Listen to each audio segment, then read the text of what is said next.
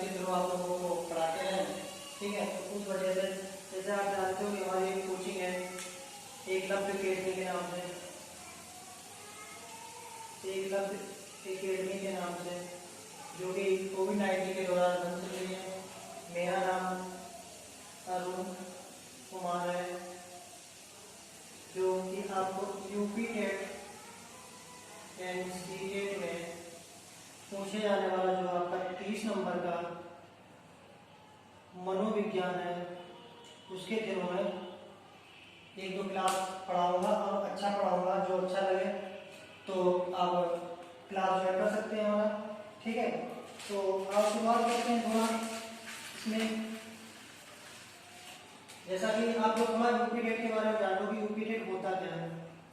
UP TET की अगर बात करेंगे तो ये शिक्षक पात्रता परीक्षा होती है।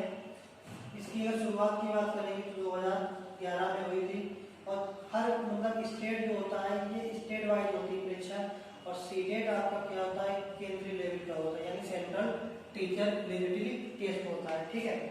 तो इसमें सब्जेक्ट की अगर बात करते हैं तो इसमें जो है 5 सब्जेक्ट होते हैं। जैसे आपका हिंदी हो गया, जैसे आपका गणित हो गया, जैसे आपका मनोविज्ञान हो गया, जैसे आपका ईवीएस वाला क्वेश्चन हो गया, और आपका अंग्रेजी या संस्कृत में से आपको जो है एक चीज चूज करनी पड़ेगी। यही चीज यहाँ पे होती है, लेकिन क्या होता है यहाँ पे आपका पेडागोजी वाला पोर्शन जो है बढ़ जाता है। यहाँ पे आपको जो है पेडागोजी वाला पोर्शन बढ़ जाता है, ठीक है।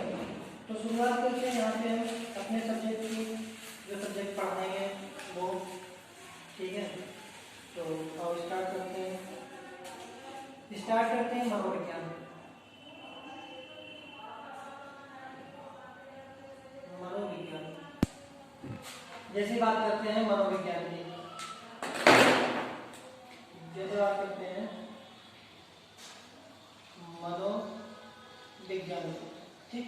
तो आपको पता है कि यूपी टेट में अच्छा खासा मनोविज्ञान 30 नंबर का आता है, ठीक है। तो बहुत सी चीजें हैं मनोविज्ञान के अंतर्गत पूछी जाती हैं। तो ये है कि आप लोग अपना अच्छा खासा अगर अपनी मेहनत भी करते हो तो 30 में अच्छा खासा नंबर ला सकते हो। जैसे मनोविज्ञान की बात करते हैं तो ये पहले दर्शन शास्त्र का विषय था, दर्शन शास्त्र का विषय था, ठीक है। और दर्शन शास्त्र से मनोविज्ञान को अलग किसने किया था, अलग किया था आपको विलियम जेम्स ने। विलियम जेम्स ने अलग किया था, इसीलिए ये मनोविज्ञान का क्या कहते हैं, पिता कहते हैं, ठीक है। अगर बात करेंगे मनोविज्ञान की तो मनोविज्ञान की 2 शाखाएं होती हैं। एक होती है आपकी बाल मनोविज्ञान, और एक होती है शिक्षा मनोविज्ञान, ठीक। बाल मनोविज्ञान के अंतर्गत क्या करेंगे आप, केंद्र बिंदु जो है, तो बाल मनोविज्ञान की बात करें, केंद्र बिंदु जो होता है इसमें बालक को केंद्र बिंदु बनाते हैं।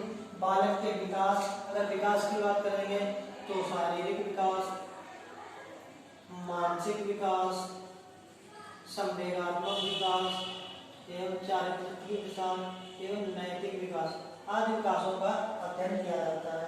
अगर अवस्थाओं की बात करेंगे तो अवस्थाओं की बात करेंगे, अगर बात करते हैं शैशवावस्था की बात करते हैं, बाल्यावस्था की बात करते हैं, किशोरावस्था की बात करते हैं, और तो इन चीजों के बारे में बालक में शैशवावस्था, बाल्यावस्था और किशोरावस्था आदि का अध्ययन किया जाता है। अगर बाल मनोविज्ञान की इसके पिता की बात करेंगे तो इसके पिता कौन है, स्टैनली हॉल। स्टैनली हॉल जो है इसके मनोविज्ञान के, बाल मनोविज्ञान के पिता है।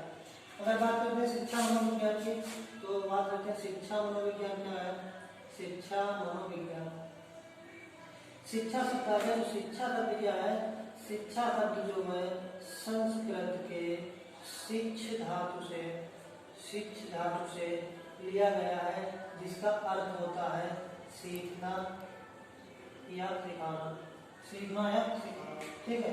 तो ये शिक्षा क्या है कि व्यवहार में परिवर्तन करना या परिमार्जन करना क्या कहलाता है, शिक्षा कहलाता है। और यही चीजें मिलकर क्या कहलाती है, पूरा कहलाती है शिक्षा मनोविज्ञान, ठीक है। तो शिक्षा मनोविज्ञान के अगर पिता की बात करें कौन है, थॉर्नडाइक। शिक्षा मनोविज्ञान के पिता की बात करते हैं तो कौन है, थॉर्नडाइक।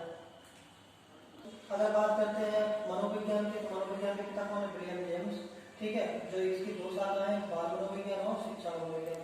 बाल मनोविज्ञान के पिता कौन स्टैनली और बाल मनोविज्ञान के अंतर्गत ही शारीरिक, मानसिक, संवेगात्मक, शारीरिक आदि विकासों का जो है अध्ययन किया जाता है। और अवस्थाओं की बात करें, शैशवावस्था, बाल्यावस्था और किशोरावस्था आदि का अध्ययन किया जाता है। शिक्षा मनोविज्ञान के अंतर्गत हमने बात करी शिक्षा मतलब क्या, शिक्षा धातु के संस्कृत से किया गया, इसका अर्थ होता है सीखना है, सिखाना। ठीक है, इसके पिता कौन है? थॉर्नडाइक।